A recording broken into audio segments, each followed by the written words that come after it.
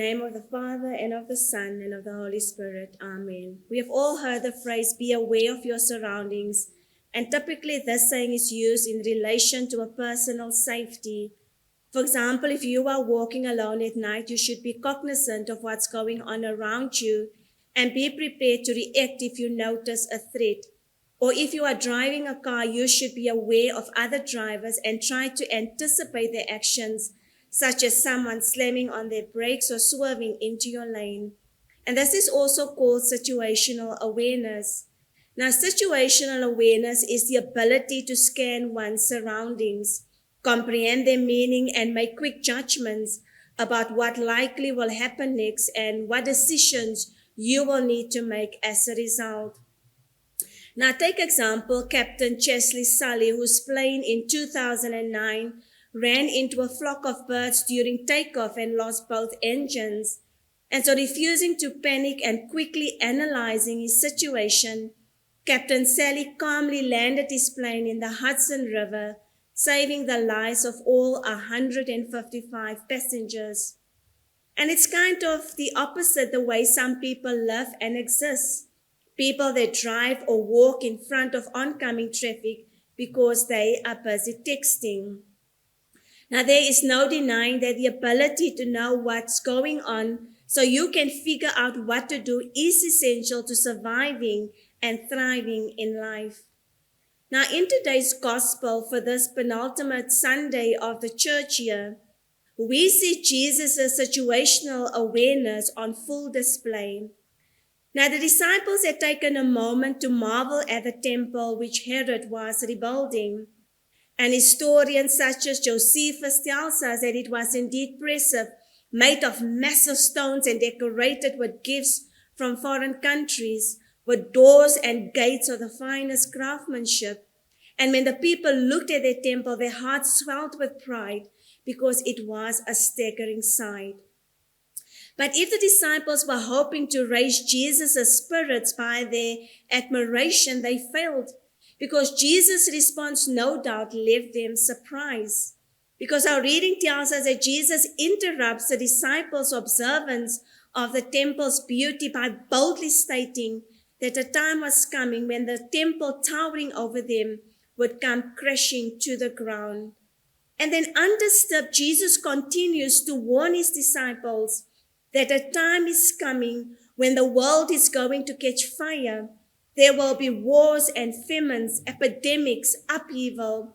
There will be struggle among nations and the fall of great powers and even persecution for those who believe and trust in God.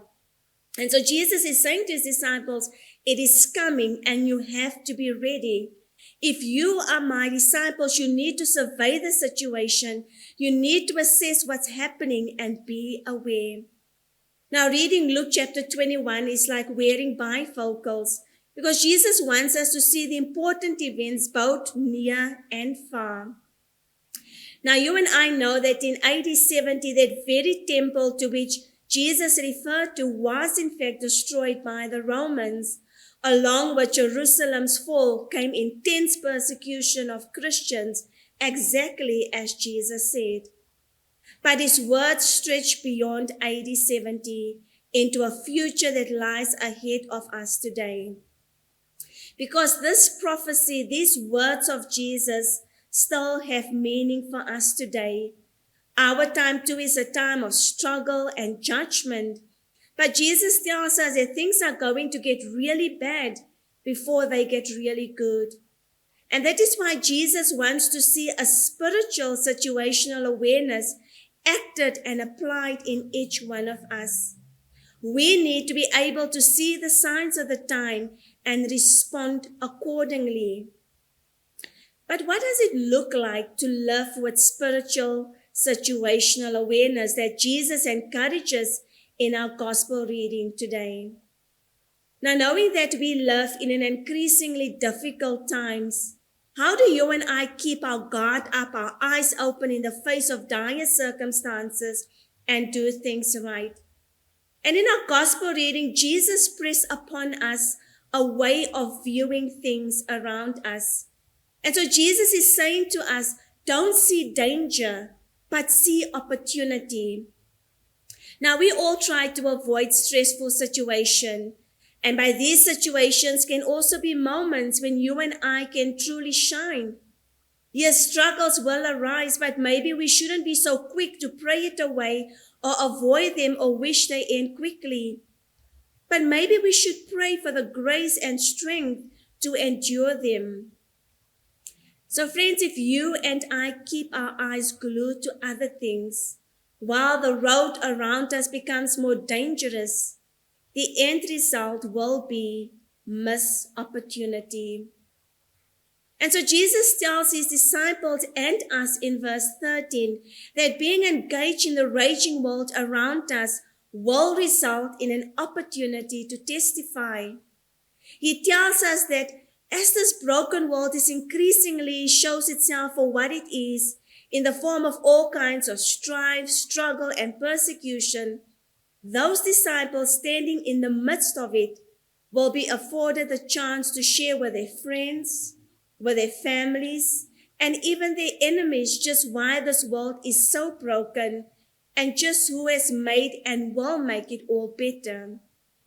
So yes, Jesus says hard things, unfair things, hurtful things that happen to us are not to be ignored, denied, or filled with blame.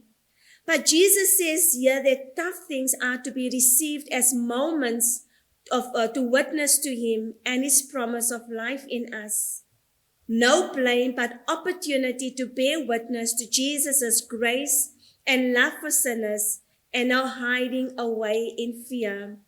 No coming out swinging with angry, blaming words and retaliation, but just receiving of an opportunity to speak of him and his forgiveness. Now, although Jesus paints a stark picture of what the road to the end looks like, Jesus did not do so to stir up worry and anguish in his people, but to do the exact opposite. So Jesus tells us that the truth of what was coming so that you and I can have peace.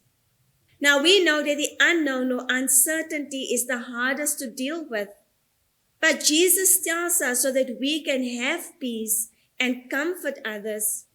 And so Jesus' goal in getting his disciples and getting us ready for the end is to produce a peace in us that understands that despite chaos, God's plan is moving on. And so worldwide struggle doesn't mean that the world is outside of his divine control. In fact, Jesus wants us to see such fearful events as signs of God's activity in bringing things to a joyful conclusion. Meanwhile, as we wait in joyful hope for the coming of Jesus, we are to continue our good work, to be busy about our Father's business. As the Apostle Paul tells us in today's second reading from Thessalonians, Paul says we are not to be unruly or acting like busybodies. Instead, he says everybody is to be busy about doing good things, telling the good news to others, sharing faith, care, and concern for all those who come into our lives. And so situational awareness is looking around, seeing all that our Savior said was coming to pass, and being motivated by our peace to share the good news that God's plan is taking place. Because such awareness will keep us from being distracted. And so friends, in the midst of whatever is going on, whatever adversities we face, who do you think you might be able to inspire by standing firm? Jesus will keep his promises to us. And yes, it might seem that the world is going crazy, but this is your opportunity to testify. With all the adversity happening around us, this is your opportunity to witness for Jesus. Amen.